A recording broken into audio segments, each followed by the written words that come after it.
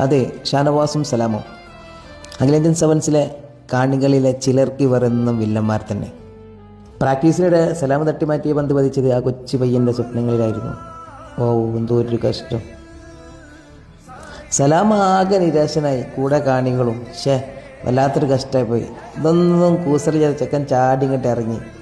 ഓൻ്റെ വീണ പാത്രം എടുത്ത ആൾ കയറി പോകുമ്പോൾ സലാം പിന്നിന്ന് വിളിച്ച്.